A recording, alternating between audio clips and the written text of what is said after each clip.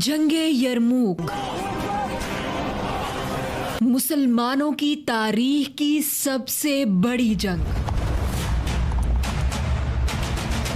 और खबर पहुंचती है हजरत दिरार को कैद कर लिया गया है। हर तरफ खौफ की फिजा छा जाती है, लेकिन तभी निकाब और चमकती तलवार के साथ एक घुड़सवार आंधी की तरह दुश्मनों की सफों में दाखिल होता है। एवरीवन, कैसे हैं आप सब? Hope you are doing well. आज की हमारी न्यू वीडियो में आप लोग का बहुत ज़्यादा वेलकम। वीडियो को स्टार्ट करने से पहले जो लोग मेरे चैनल पे नए हैं, जिन्होंने चैनल को अभी तक सब्सक्राइब नहीं किया, चैनल को सब्सक्राइब करें, साथ ही बेल बन को दबा के ऑल पे कर दी, वीडियो को लाइक करें, शेयर करें। आज की वीडियो पर हम देखने वाले हैं द लॉयनेस ऑफ जंगे यरमूक। ये एक लड़की का चैनल है, मिशा बशीर ऑफिशियल। इसकी एक वीडियो पे मैं ऑलरेडी रिएक्शन कर चुकी। आज मेरे सामने एक दूसरी वीडियो आई थी, द लॉयनेस ऑफ जंगे यरमूक। सो आज हम करने वाले हैं इस पर रिएक्शन। टाइम वेस्ट किए बगैर मैं नहीं लगी अपनी वीडियो को प्ले। आप लोग के चैनल को सब्सक्राइब और वीडियो को ज़्यादा लोगों तक शेयर किया करें, और जितना हो सके किसी तक लोगों तक पॉजिटिव मैसेज पहुंचाया करें। मेरी वीडियो चाहे शेयर के ज़रिए पहुंचाए या ना पहुंचाए, लेकिन अपने आप खुद किसी के साथ हो, किसी दोस्त के पास बैठे, किसी अपनी बहन के पास या अपने भाई के पास या मम्मा पापा के पास बैठे या आप बच्चों के पास बैठो, तो उनको कोई ना कोई अच्छी चीज़ सिखाया करें, अच्छा नॉलेज दिया करें, अच्छी बात सिखाएं, इस्लाम सिखाया करें।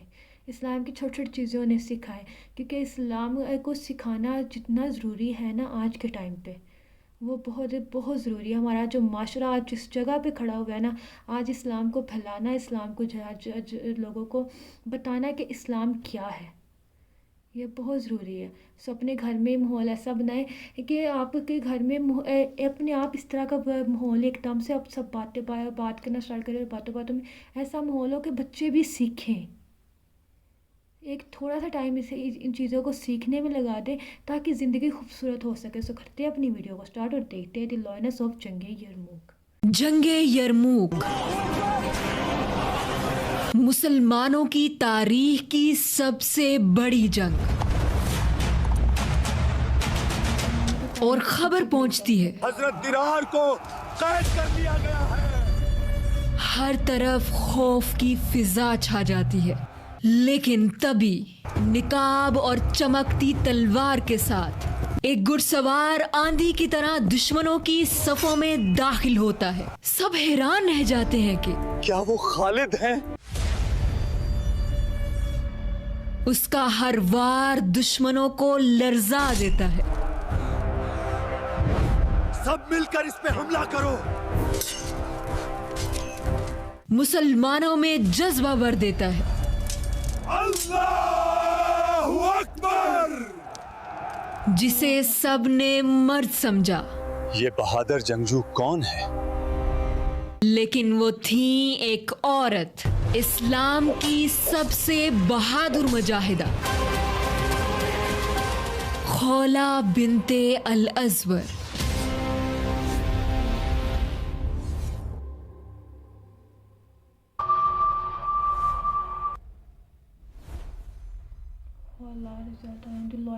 वीडियोस देखने वाले 86% लोगों ने सब्सक्राइब नहीं किया, तो सब्सक्राइब करें, क्योंकि इन वीडियोस को सिनेमैटिक बनाने के लिए काफी मेहनत और बजट लगता है।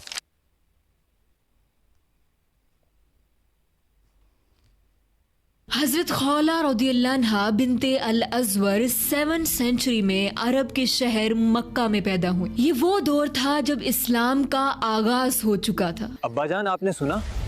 मोहम्मद कहते हैं कि हमारे खुदा हमें कुछ नहीं दे सकते। क्या वाकई ऐसा है?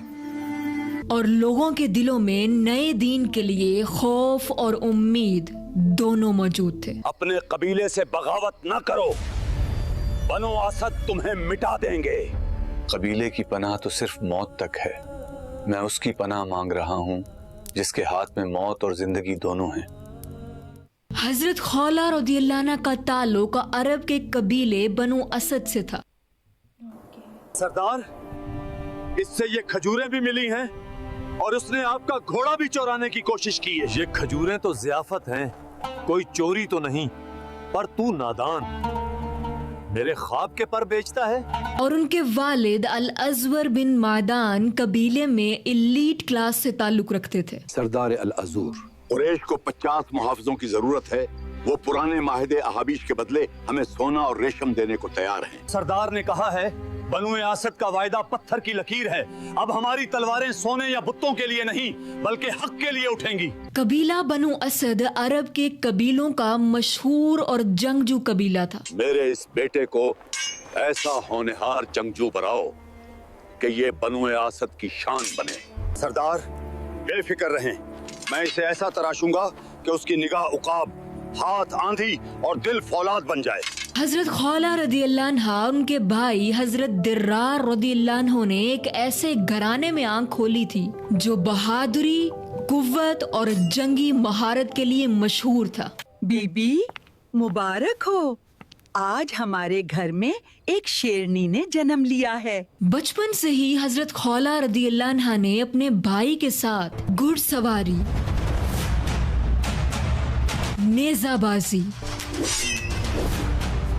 और तलवार चलाने में महारत हासिल करना शुरू कर ली। हजरत खौला रदी अल्लाह अन्हा अपने भाई दिर्रार रदी अल्लाह अन्हु के साथ सहरा में तलवार चलाने की प्रैक्टिस करती थी। बचपन से ही उनके अंदर डिसीजन मेकिंग, क्रिटिकल एनालिसिस और ब्रेवरी जैसी क्वालिटीज बहुत प्रोमिनेंट थी। हजरत खौला रदी अल्लाह अन्हा के भाई हजरत दिर्रार रदी अल्लाह अन्हु ने पहले इस्लाम कबूल किया और बाद में हजरत खौला रदी अल्लाह अन्हा ने भी इस्लाम का पैगाम सुनकर और मुसलमानों की बहादुरी देखकर इस्लाम कबूल कर लिया। हजरत खौला रदी अल्लाह अन्हा की शादी और औलाद के बारे में तारीख खामोश है। न किसी ऑथेंटिक किताब में कोई क्लियर एविडेंस मिलता है और न ही कोई स्ट्रॉन्ग रिवायत। दुनिया ने सिर्फ उनकी बहादुरी जानी और वही तारीख में लिखी गई। 636 में जंगे यरमूक होती है, इस्लामी तारीख की सबसे बड़ी जंग।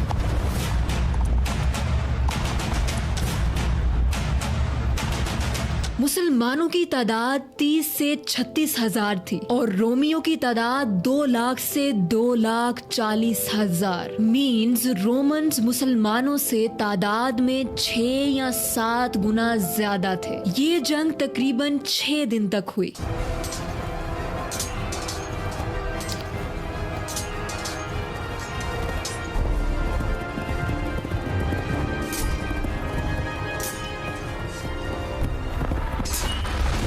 हजरत दिर्रार रदी अल्लाह अन्हु जो कि एलीट हॉर्समैन थे, स्पेशल अटैक यूनिट का हिस्सा थे और जिन्हें मुसलमानों की फौज का टॉप ऑफेंसिव वॉरियर समझा जाता था। जंगे यरमूक में हजरत दिर्रार रदी अल्लाह अन्हु की ड्यूटी फ्रंट लाइन ब्रेकर की थी। उनका गोल अचानक हमला करके दुश्मन की फॉर्मेशन को तोड़ना था।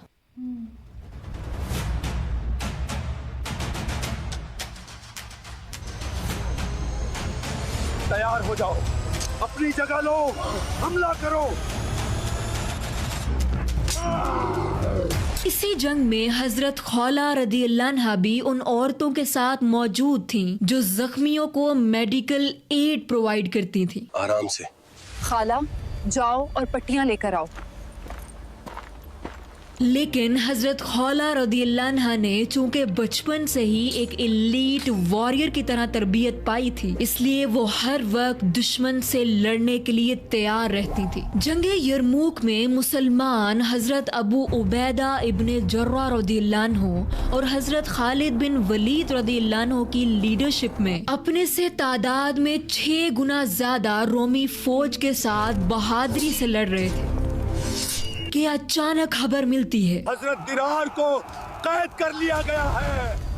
हर तरफ खौफ की फिजा छा जाती है। हजरत खौला रदी अल्लाह अन्हा तक जैसे ही ये खबर पहुंचती है, हजरत खौला रदी अल्लाह अन्हा अपना घोड़ा संभालती हैं, तलवार पकड़ती हैं और छुपे हुए चेहरे के साथ दुश्मन की सफेद चीरती हुई अपनी तलवार से ऐसे वार करती हैं कि दुश्मन तो दुश्मन, मुसलमान भी हैरान हो जाते हैं और सबकी जुबान पर सिर्फ एक ही सवाल होता है कि ये बहादुर सिपाही कौन है। हजरत खौला रदी अल्लाह अन्हा के फ्रंट लाइन से दुश्मन पर इस कदर जुर्रतमंदाना वार से मुसलमानों में हौसला पैदा होता है। अल्लाहु अकबर। हजरत खौला रदियल्लाहु अन्हा ऐसा हमला करती हैं कि जिसके नतीजे में उनके भाई हजरत दिर्रार रदियल्लाहु अन्हु आजाद करवा लिए जाते हैं।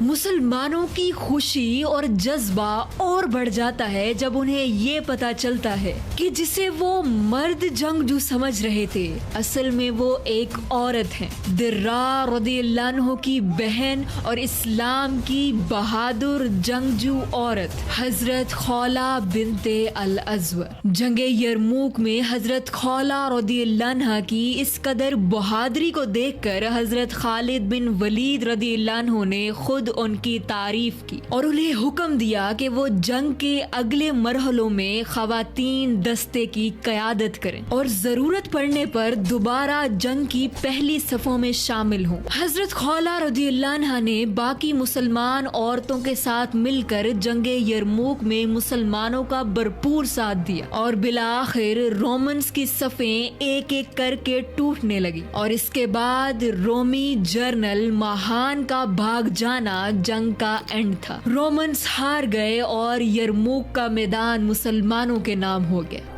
अल्लाहु अकबर, अल्लाहु अकबर। सीरिया को फतह करने के लिए जो जंगें हुई उन तमाम जंगों में हजरत खौला रदियल्लाहु अन्हा ने बाकी औरतों की तरह हिस्सा लिया, लेकिन जंगे यरमूक में उनका किरदार ऐसा था कि तारीख में हमेशा के लिए महफूज कर लिया गया। बाज़ वाक़यात को हजरत खौला रदियल्लाहु अन्हा की तरफ मंसूब किया जाता है लेकिन वो ऑथेंटिक नहीं है। हजरत खौला रदियल्लाहु अन्हा की बाद की जिंदगी के बारे में इस्लामी तारीख खामोश है, लेकिन उनकी बहादुरी और ईमान का शोर आज भी तारीख के औराक में जिंदा है। ये थी एक ऐसी औरत की कहानी कि जिसने अपनी फाइटिंग स्किल्स को इस्लाम के लिए इस्तेमाल किया, मुसलमानों का हौसला और ईमान बढ़ाया और ये साबित किया कि बहादुरी और ईमान का कोई जेंडर नहीं होता। सब्सक्राइब और कमेंट करें